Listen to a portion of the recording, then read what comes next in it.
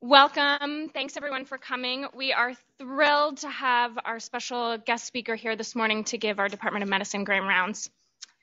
Rita Redberg is an exceptional person who is here to talk to us about a topic we've all become very interested in over the last few years.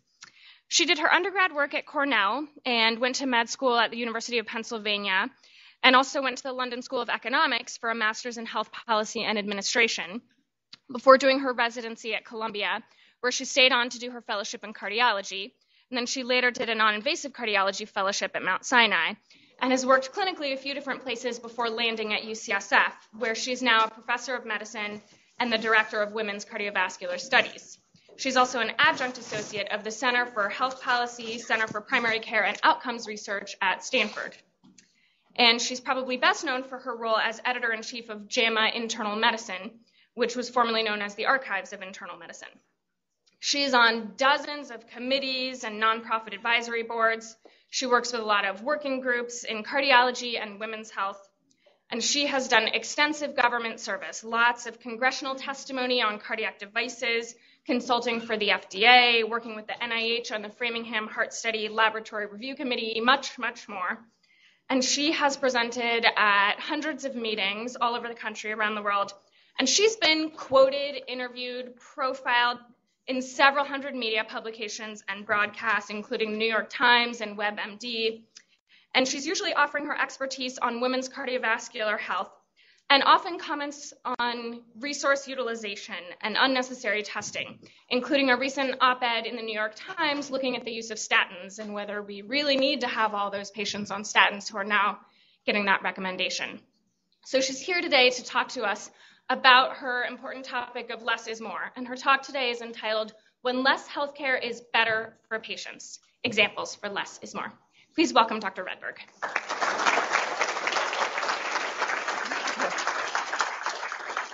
Thank you. So much. Very nice. Thank you for that very nice introduction. And it's really great to be here. I've known some of you in the faculty and enjoyed getting to know more of you between yesterday and this morning, and hope to talk with even more. And I'm always very happy to talk about less is more, particularly here, because I know there's a lot of interest and work going on in this department in this area. I have no disclosures. Hopefully, is there a pointer? Or I can use this. But anyway, this slide just comes from Don Berwick's article in JAMA, and I just wanted to give a little bit of background of how we kind of got interested in the area that we call less is more in JAMA Internal Medicine. And mostly, as I think everyone knows, we have a very expensive healthcare system in the U.S., by far the most expensive in the world. We spend almost $3 trillion on healthcare. And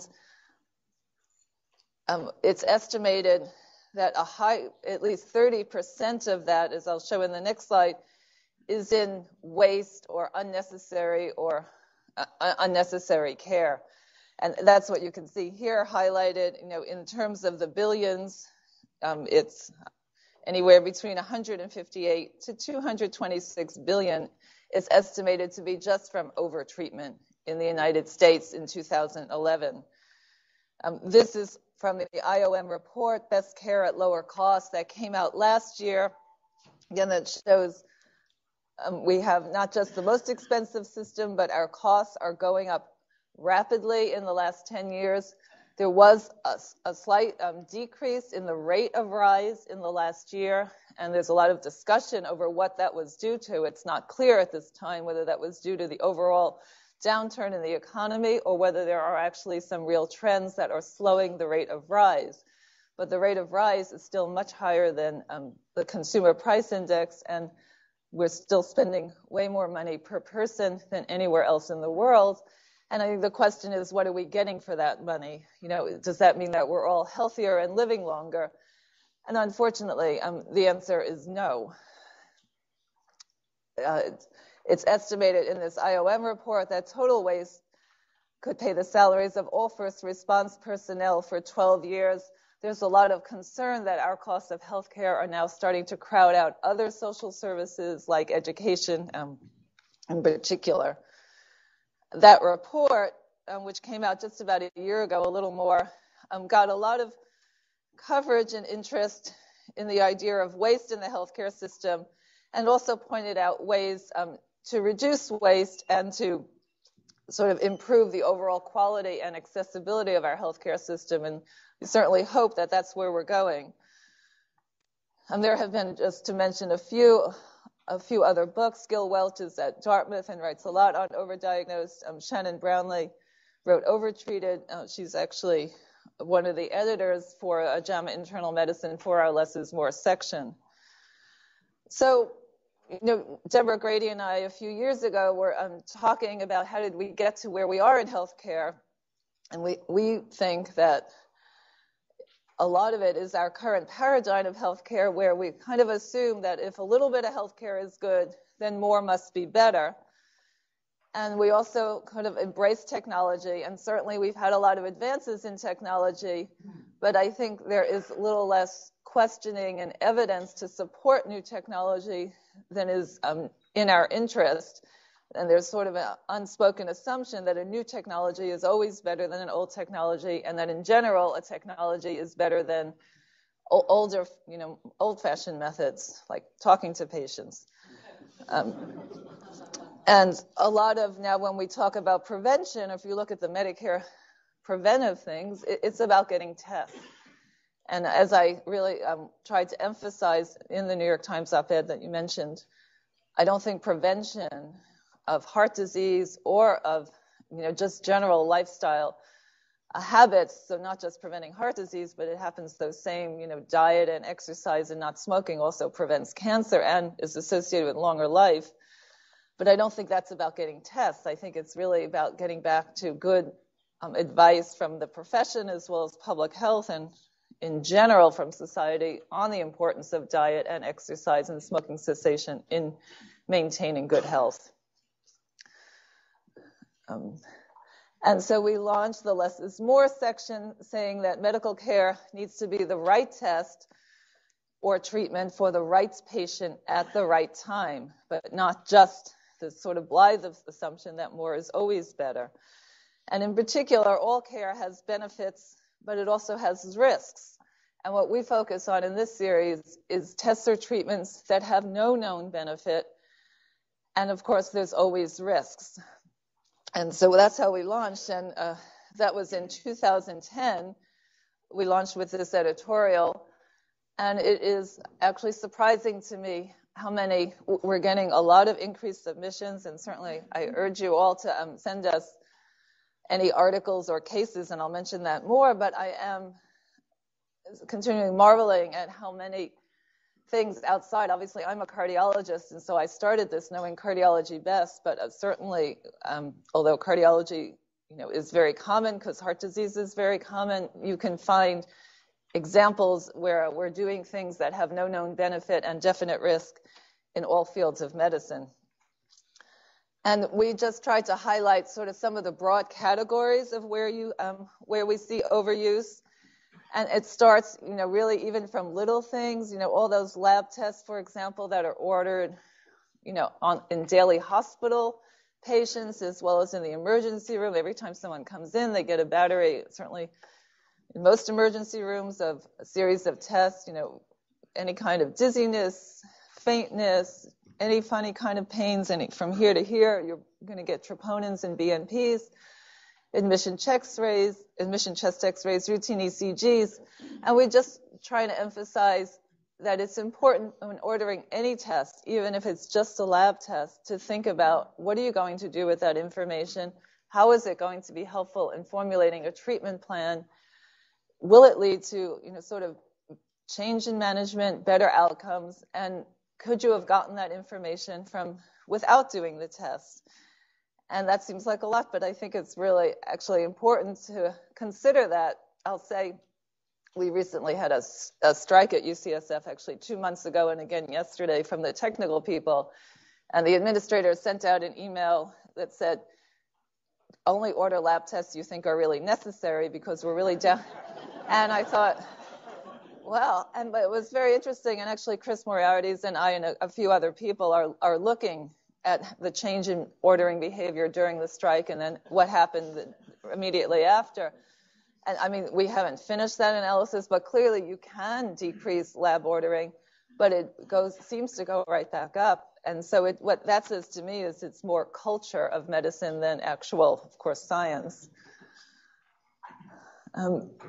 So I wanted to just highlight a few examples, and I tried to pick from a few different areas. The first one is cardiology, but categories of overuse include care that has been proven to be of benefit for high-risk patients. And so that would be like primary PCI. You know, we know if you have an acute ST elevation MI, the data suggests you will do better if you get a PCI than medical therapy, a stent.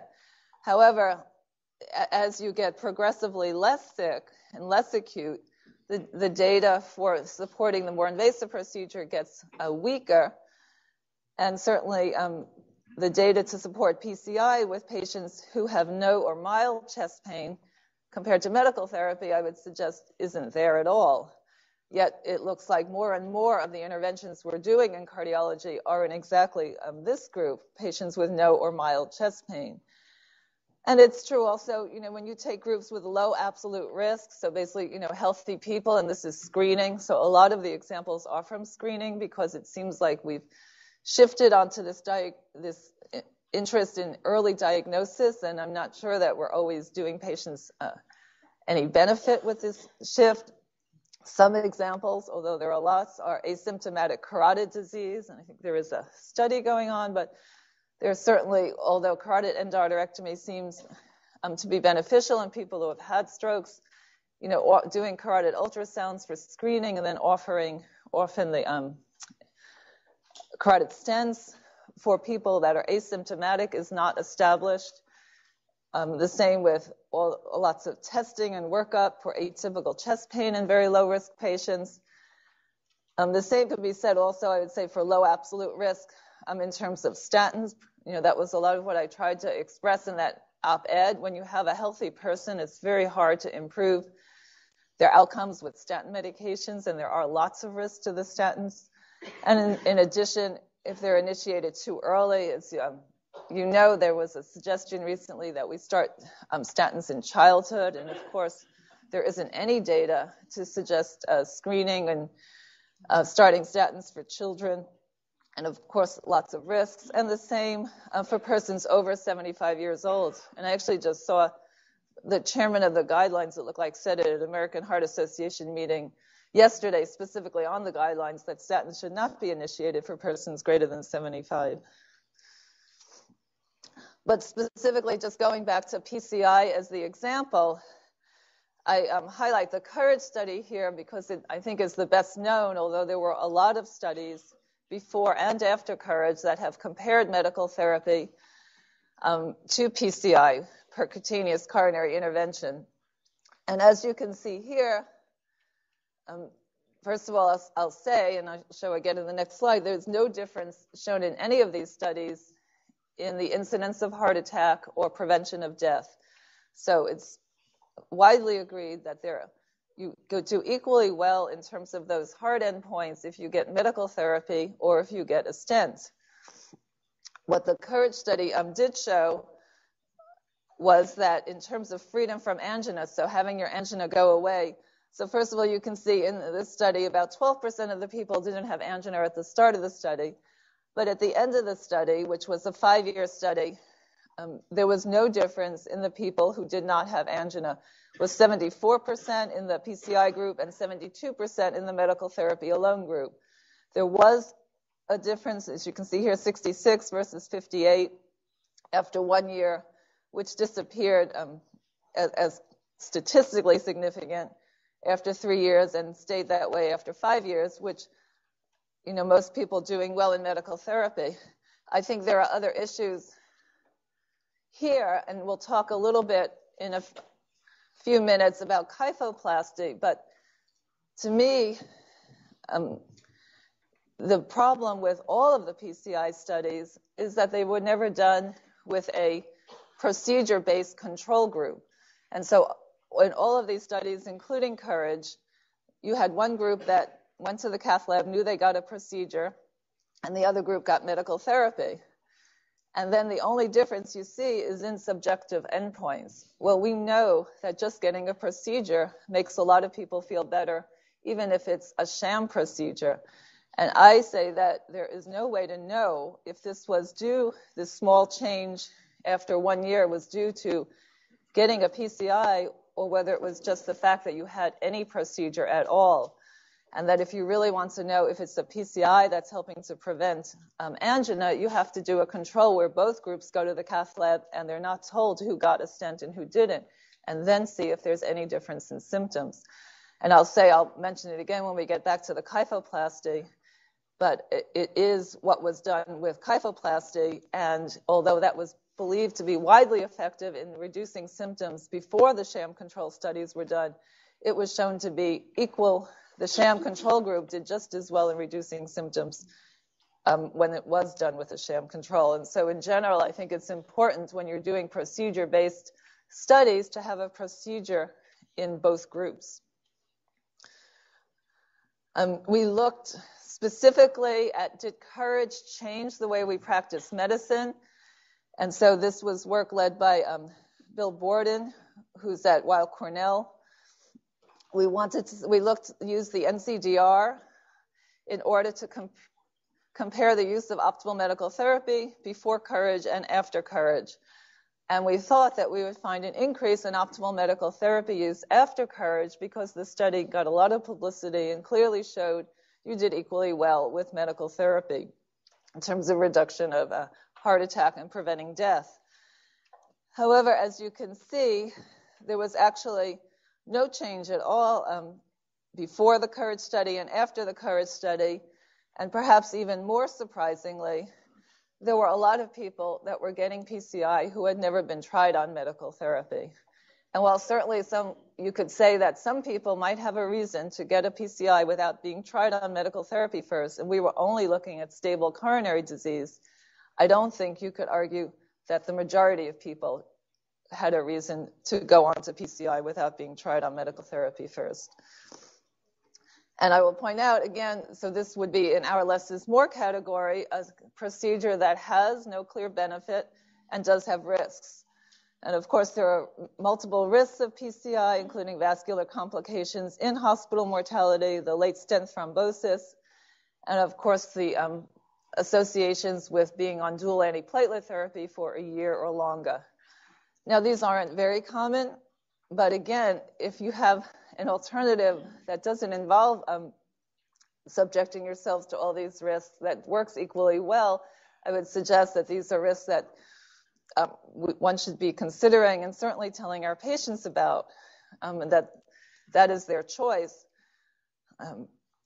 And so I'm going to get to that. However, data, and this is a study from the Annals of Internal Medicine that is very similar actually to a study that was published in Circulation 10 years before this, but it is fairly widely accepted that patients are not aware that they are getting a stent that does have those risks and does not have any benefit on preventing heart attack or death.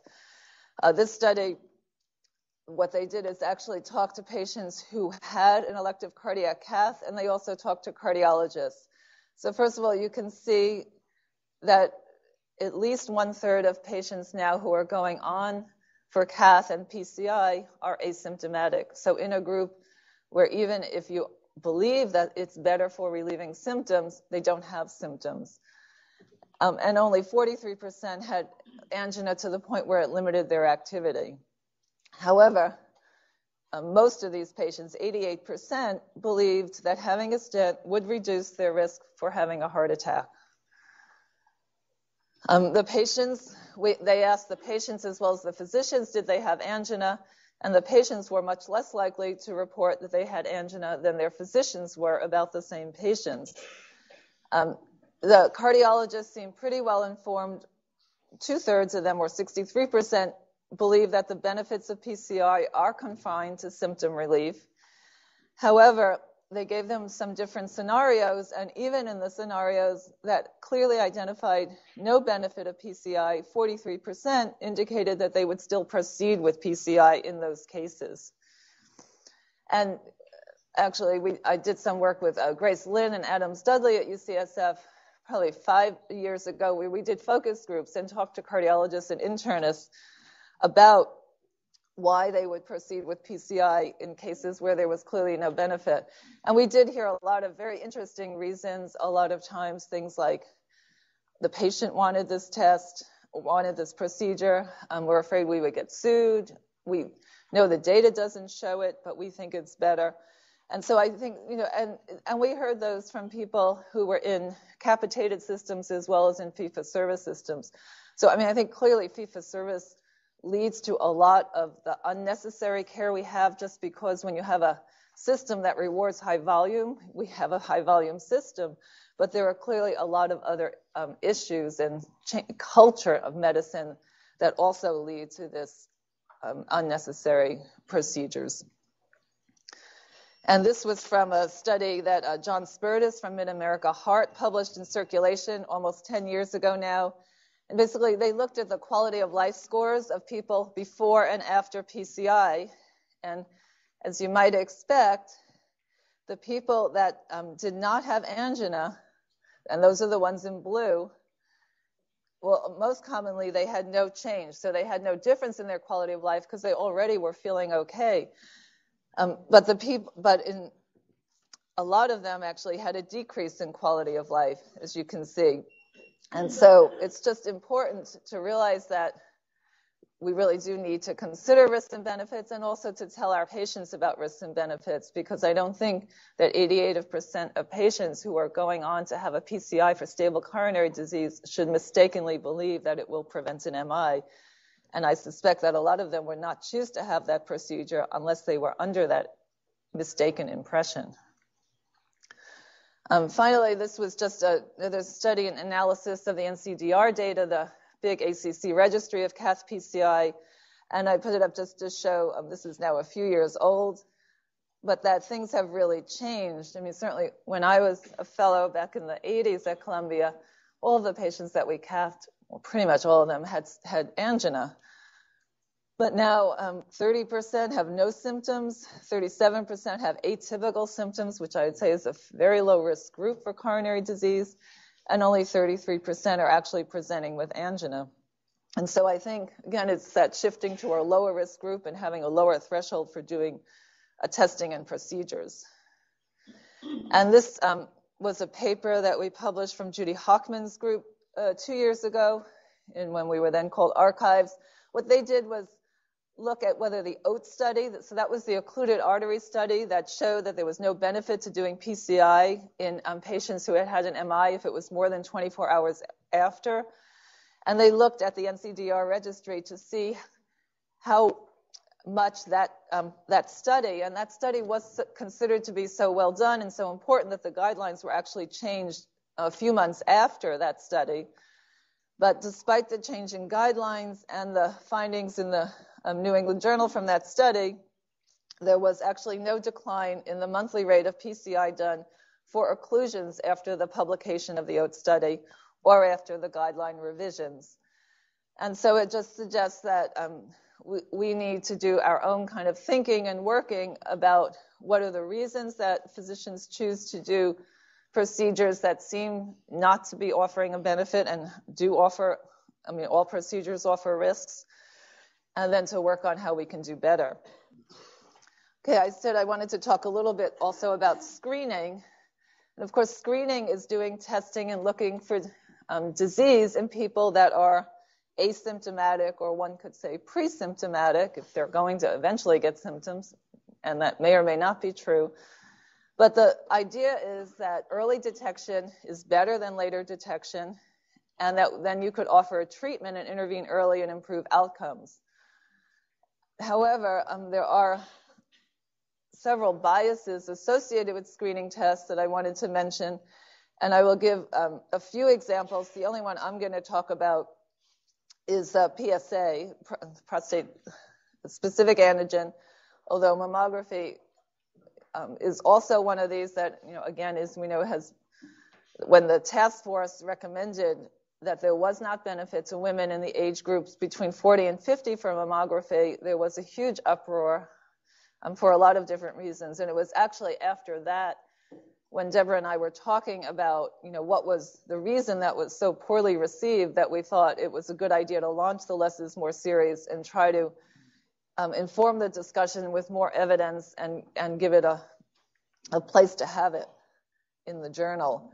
I think the other kind of screening that is commonly done or offered, and again, a lot of direct-to-consumer advertising, is coronary disease screening, such as the cardiac CT scans, as well as the executive stress test is really a screening, where people commonly called the executive physical will have not just an EKG and a stress test, which is essentially how our former President Bush ended up getting his stent. Was he had a stress test, although was from all of the reports he was not having any symptoms of angina, and indeed we know was exercising, biking to a high level. But I wanted to just talk a little bit about PSA. It's promoted, of course, at places where you find a lot of men, like sporting events. And the idea is that these men would do better if their prostate cancer was detected early.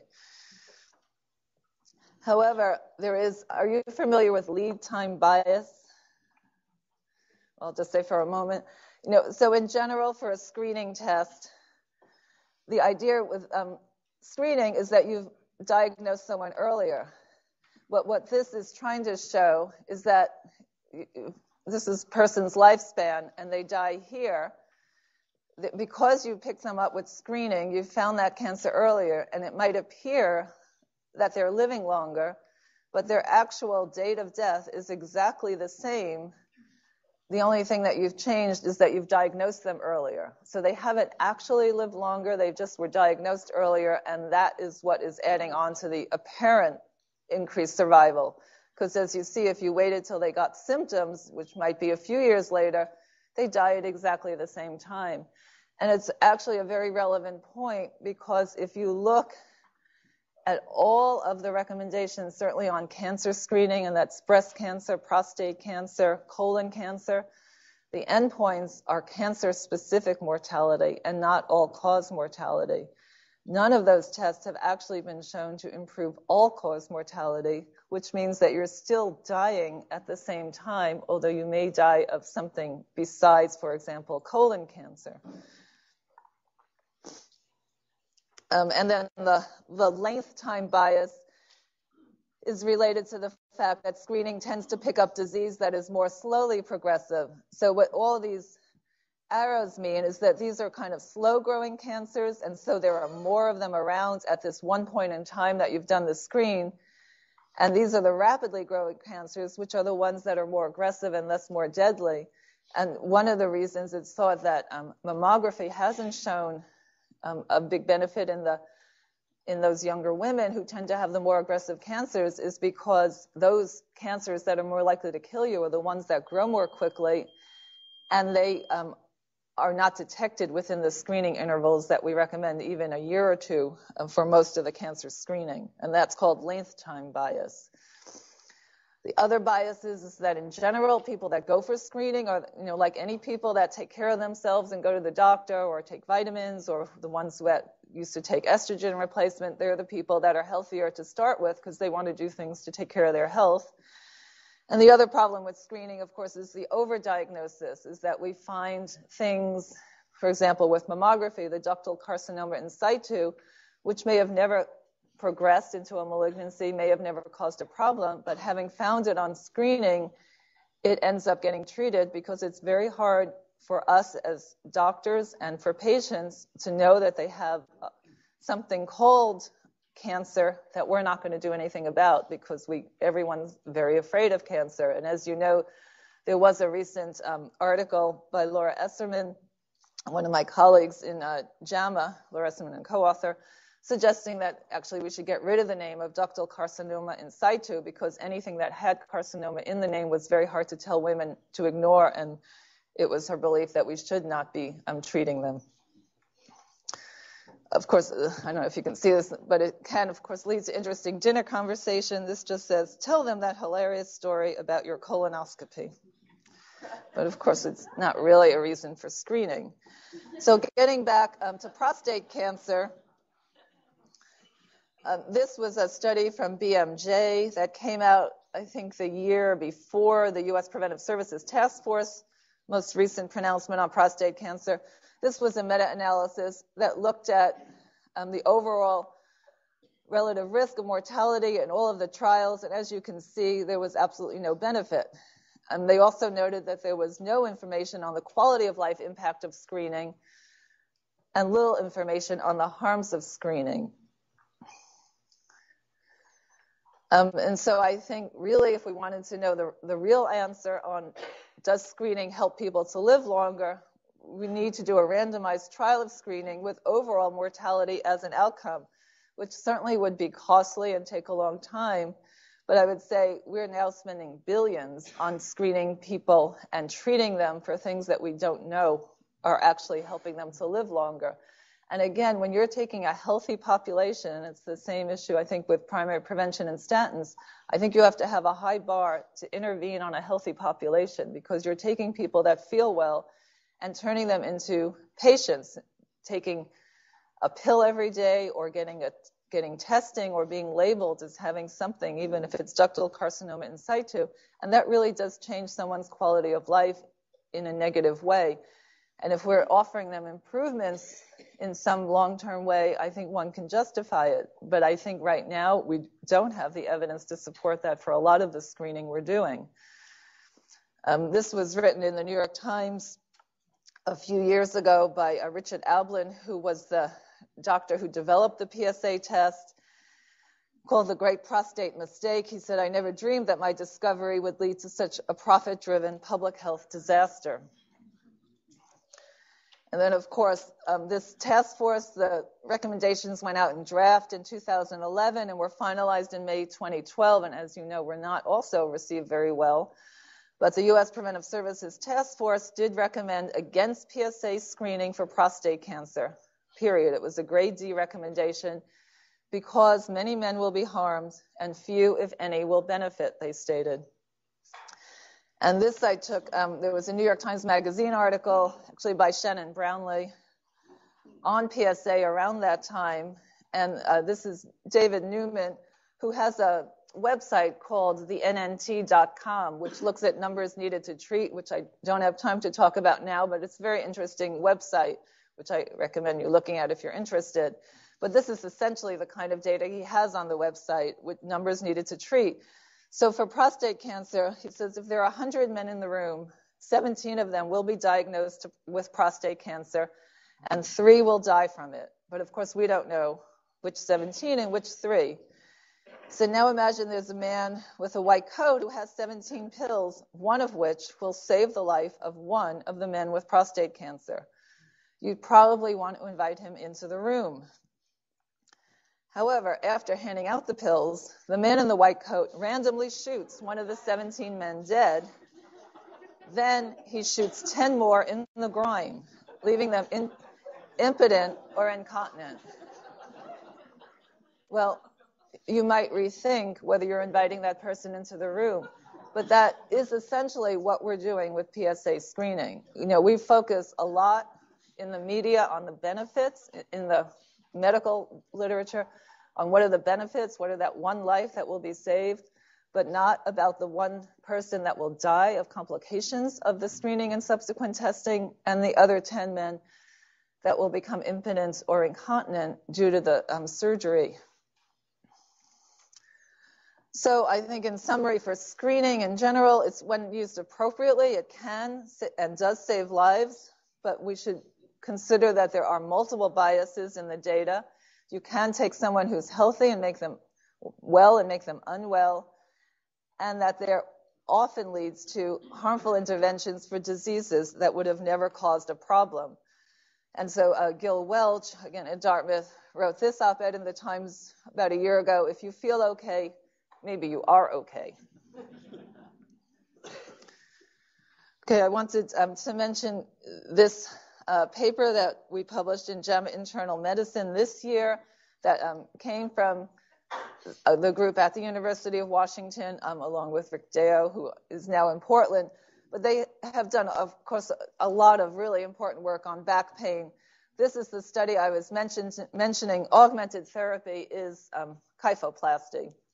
So as I said earlier, there were the 2 randomized trials that were published in the New England Journal a few years ago that showed that there was no difference in terms of quality of life or any of the subjective endpoints on pain in people that had kyphoplasty for compression fractures. However, there was a lot of backlash in the orthopedic literature suggesting that they actually were getting a mortality benefit and that it wasn't acknowledged in the randomized trials. And so what Jarvik here was the senior author on this paper. They looked at the Medicare data, and what this really just shows is that the groups were, what they did is do propensity analysis. So if you have a randomized trial, of course, you can balance all the characteristics, but when you have registry data or observational data, and then you look at how people did who got a procedure and how people did who did not get a procedure, often there are big differences in the people who choose to get the procedure. And so it's important to control for those differences, and propensity score analysis is considered to be one of the best ways to control for it. And so that is what Jarvik and et al. Did in this study, and this table just shows that they were very well matched after the propensity score analysis. And what you can see then is these 2 lines, and you really can't see the difference, and that's the whole point. They're superimposable. The group that got kyphoplasty and the group that didn't in this observational study with propensity score analysis had exactly the same outcomes. So this is their survival, and this is their time without major medical complications. And so again, pointing out the importance of, if you're using observational data, making sure you're adjusted for the differences in the characteristics, because people that opt to get procedures are often different and oftentimes, not always, healthier than the people that don't. So there has certainly been a lot of attention into why do we have a lot of healthcare costs. This was just one article that Atul Gawande published in the New Yorker about 2 years ago, I think, that did bring a lot of attention, particularly unwanted attention, I think, in terms of how McAllen felt about it, on why there was so much variation. And I think the geographic variation is sort of what got us first looking at, were we doing things that benefited everyone, when Jack Wenberg, more than 30 years ago, noticed how rates of hysterectomy varied across the country. So I just wanted to say that I think Washington State is ahead of the curve in terms of reducing waste and promoting evidence-based care. And I think a lot of the work has happened here at the university in conjunction with the governor, who, as I don't know how many of you are familiar with the Washington State Healthcare Authority, but this group does do health technology assessments for Washington State that specifically, I believe, apply to the Medicaid population, the workman's comp, and disabled. But they contract out often now with ICER, the Institute for Clinical and Economic Review, to look at the evidence base for new technologies. And some of the ones that have been done in the last few years include the virtual colonoscopy, CT angiography, cervical fusion, as well as cardiac nuclear imaging. So I think it's a very innovative and unique program in Washington State, and wanted to highlight that. Okay, so in terms of other things that I think drive overuse, I want to try to leave some time for discussion. But I think, as I mentioned, there is the all this. I think we've talked about all of these: the defensive medicine, fee-for-service structure.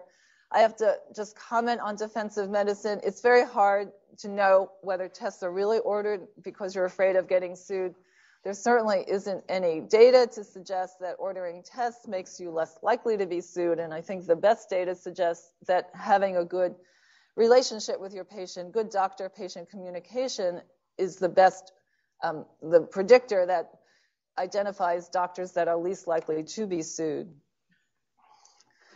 I did want to just mention the first case that we published as part of the vignettes that we will occasionally publish in Less is More. And I put this up in case anyone has cases they want to send to us, in particular the trainees.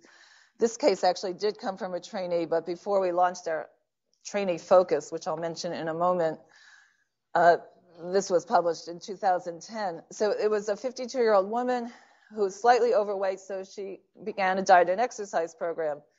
However, she developed a sharp right-sided chest pain. It was not exertional. She did not have associated symptoms, but she had heard about all the, the heart disease in women and that you could have atypical pain and it could be a heart attack. So she went to her doctor, and the doctor reproduced the pain by pushing on her chest wall.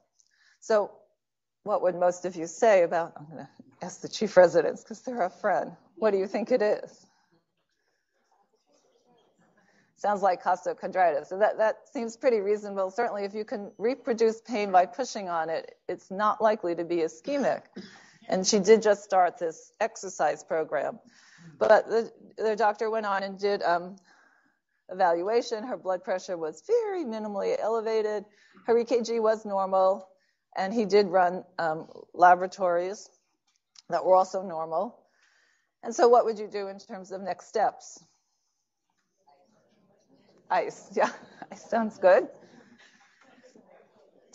Reassurance, right? Certainly you would tell her, I don't think this is from your heart, and you should continue that diet and exercise program because that certainly is a good thing for her.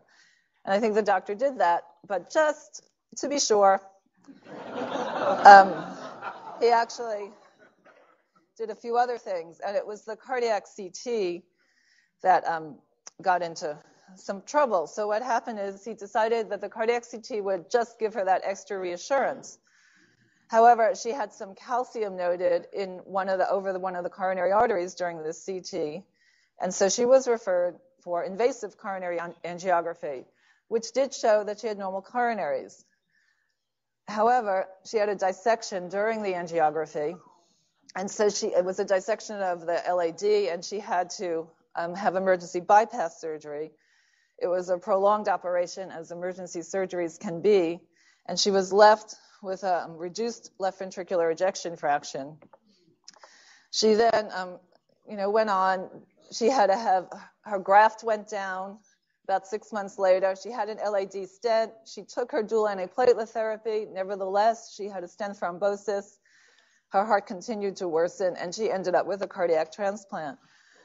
And so we ran this as an example of just, why tests are often seen as benign and just it's okay to just reassure your patients, but that if the test isn't necessary, and talking is enough, then we can just stop the talking. I think we perhaps undervalue how important talking from your doctor is, but doctors are highly respected professionals, as you know, and talking to your patients and reassuring them is actually very reassuring to them. I think it may be seen as quicker to order a test or better, but that's what I think we really need to reevaluate. And we actually did publish another paper very recently that was a review of do imaging tests offer reassurance to patients, and the answer was no. So I think we need to realize how valuable our advice is and not be thinking about testing so often. So in summary, what we've tried to illustrate in the Less is More series is that we have many great advances in medicine, but just because we can do something does not mean we should do something, and that just getting more information is not an end in itself. You really need to think, how is that information going to lead to better patient care? And that, of course, in a lot of instances, talking to your patient is a great way of reassurance. I could finish up. I'll quickly go. This was just one more example of IVC Filters that we ran in the Less is More series, and I mention it only because this was submitted from, I think, a cardiologist who just noticed that a woman came in with a very severe chest pain, shortness of breath, had a pneumothorax, and it turned out that her pneumothorax was because her inferior vena cava filter had fractured and embolized and punctured her lung. So he went back on his own and pulled out all of the patients at his institution that had had an IVC filter placed in the last few years, which was, I think, about 200. And he found that actually 25% of them, let me see, I think it's on the next page, had that fracture. And this study, I think, was actually then a follow-up study to that one where they looked specifically at how often were the IVC filters placed appropriately, and found half of these filter placements were appropriate, but 26% were unanimously inappropriate, and there was disagreement in the other 23%. So again, a procedure that, and certainly in 26 or 50% had no benefit and definite risks. And so we ran this in the less is more series and said, the other thing is that these filters are supposed to be retrievable, but it's nationally only about 7% are actually retrieved. And so I could go on and on, but in order to leave some time for discussion, I think there are many barriers to reducing wasteful care. I think we've talked a little bit about the culture. I think and I think you're doing it here, and we're trying at UCSF as well to just sort of change our medical education system to talk more about this. I think there's a perception that these kind of negative trials, or the kind of trials that show you, have a harder time getting published. There's a lot of anecdotal experience that people will mention if you say that this procedure, they know somebody who it helped, and I honestly don't know how you could say this screening test saved my life, but you hear that. And then there's always that R word, rationing. And again, I think rationing is totally different from reducing unnecessary or inappropriate care. There is direct-to-consumer advertising. And I did want to mention the Caring Wisely program, which I know, Leah, that you've been talking with. This was Chris Moriarty is at UCSF, who's one of our hospitalists who just finished his training and has been working with the ABIM Foundation on this program to try to remove unnecessary costs. They've picked a few targets, like getting rid of IV antibiotics when PO antibiotics would work, and they've had a lot of success already. As I showed, they really just launched this program, and it's part of our Center for Healthcare Value at UCSF. So I think the landscape is clearly very confusing at this time, but I think that we really are trying to offer direction. I did want to highlight in particular for the trainees that we have now as part of the Less is More series, what we call Teachable Moments, because we think medical education obviously is a really important place to start, certainly continuing medical education, but also for trainees. And so we are looking for brief articles that highlight what we call stories from the front lines, you who are out there taking care of patients every day and every night. The first author has to be a trainee, so either a student, resident, or fellow. It has to be written with a mentor. The instructions are up on the website, and Deb Grady and Chris Moriarty's and a few others have written an editorial recently in JAMA Internal Medicine with the specifics. But it's very short. The idea is just to have an educational discussion. So just to close, this is offhand. I'd say you're suffering from an arrow through your head, but just to play it safe, I'm ordering a bunch of tests. Thank you very much. And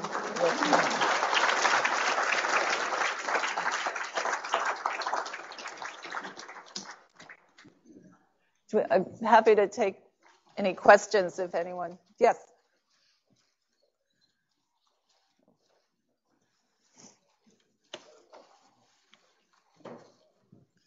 Thanks for a wonderful talk. Thank you. I noticed you talk about cost, but not necessarily cost effectiveness. And I'm wondering what your thoughts are about what we've accepted with $50,000 for quality tested life year gain. Is that too much money? Is that a reasonable place to start? Is that deceptive? What are your thoughts about cost effectiveness studies like that? Okay, so that's an interesting question. And you're right. I didn't talk very much about cost or cost effectiveness. Not that I don't think that's important, but for example, in Less is More, we never talk about cost. And the reason is, if there isn't a benefit to the test, why would you even order it? I mean, I don't think the question is cost. So we've really focused on what we consider the low-hanging fruit, because right now, for a lot of reasons, people are not very focused on the cost in our healthcare system. And I think that might be an unintended consequence of the changes with the Affordable Care Act, is that it seems to me there's going to be a lot more out-of-pocket payment where people are paying some percentage and co-payment and deductibles, because right now everyone's so insulated from costs that people don't worry about it and think it's okay at any cost. I'll get to the 50,000 in a moment. So we don't talk about cost because it's really irrelevant. If you shouldn't have a test, it doesn't matter whether it's 2 cents or $200, you just shouldn't have it. There's no benefit. In terms of the 50,000 per quality came, from the dialysis, the end-stage renal disease, at the time that Congress decided that Medicare would pay for dialysis for every American who had end-stage renal disease. It was then, of course, that program has gotten to be way bigger than was ever predicted, and we are dialyzing way more people in this country than anywhere in the world, and we start at much earlier stage of renal disease in terms of GFR than anywhere else in the world, and our outcomes are worse than other countries. But it was from that program where the 50,000 per quality adjusted life year came from. To have really a discussion of what's the right number, you have to have some kind of agreement on what's the right amount to spend on healthcare, which we don't seem to have because our numbers have just gone like that. When I started studying healthcare, was, as you mentioned, I did a master's in health policy when I was actually still in medical school in 1980 at the London School of Economics. At that time, we were about 8 or 9% of GDP for healthcare, and people said once we cross 10%, that'll put us way ahead of the rest of the world, and things will change. Well, we're at 17% of GDP now, and maybe things are changing. I hope so, but you have to have an agreed on budget if you want to talk about cost effectiveness. And you also, have to decide the opportunity costs, what else is losing. And so it's very hard. We certainly have more money in the U.S. to spend in general than what I would think we would want to do is say that all Americans have access to basic health care. And then if you want to have, more health care, you can pay more for it. But right now we have a system where, 45 million Americans don't have any health care coverage. Hello. Yes. Are there data to suggest that educational guidelines change behavior? So educational guidelines, do you mean anything in particular? I think education does change behavior. Education can be done in so many different ways. I think it's particularly important, certainly at the trainee level. That's why we launched that Teachable Moments series. But at the level of what's being taught in the medical school curriculum, what we teach our trainees, because I think, unfortunately, I give a lecture like this, and then you go back out on the wards, and people do what they do, and our trainees see what we do, and if we're ordering a lot of tests with very questionable justification, that's another way of teaching. There's talk now at ABIM, I think, about the boards and changing the boards to actually have a focus on overtreatment instead of, because right now I think our focus is on undertreatment. We should want to make sure everyone's getting good things they need, but not looking at are people getting things they don't need. I think the Choosing Wisely campaign from the American Board of Internal Medicine is also trying, an educational component, and that was a start. It came from the professional societies. I think CME programs haven't seen focus very much on overtreatment. There is the Lown Institute, which will have a conference on overtreatment in Boston at the beginning of December. I do think education is very important, though, in changing. I think education and actually reforming our payment structure. Yes. Thanks for the talk. Really appreciate it. You mentioned that there's over provision of PCI in both capitated systems and fee-for-service systems. But you also said that fee-for-service is sort of an obvious potential driver of excessive care. How much of a driver is it, would you say, fee-for-service? Well, it's certainly a big driver. I don't think it's the only driver, and I think, as I said, even in capitated systems, and we see use of procedures that I would question, were they necessary? And when we did the focus groups, but clearly, study after study and just observation, every time there's a change in payment, there's a change in physician behavior, and it's pretty quick and pretty dramatic. I'm on Medicare Payment Commission now, and it's very clear that our reimbursement system has a lot to do with how we practice. And I said, just overall, right now, all of our incentives, I think, are just to do more. So we get paid more for doing more. We get paid more for doing more invasive things and more procedures than we do for evaluation and management activities. And I think that probably I hear a lot of agreement among physicians that we really should change fee-for-service because it really doesn't reward the right behavior. I don't think that's the whole reason why we have such a high volume, but it is certainly a part that I think it's hard to justify continuing that kind of structure. Yes, I see a hand in the orange vest. So the paradigm that you described seems like it works really well for common and or well-studied diseases. Where do you think less common or less well-studied diseases fit into a less is more and kind of a benefit-oriented paradigm? Right, so I think that is a tougher issue to look at less studied diseases, and that's why, I think there's so much we could do with the more common diseases that, if we worked on those, we could, I would hope, reorient a lot of that money towards better use of it, coverage of basic health care for more Americans. But in terms of the less common, I'm just a big believer in, even for less common diseases, trying to get data. I would love to see us have not just more registries, but more publicly available registries. Most of the data that I showed you, even from the US registries, is not publicly available. It's available on a very selective basis on research requests. But I think, for like the Scandinavian countries where they actually track, and, I would hope that our use of electronic health records somehow leads to more publicly available data. That will certainly take more than that.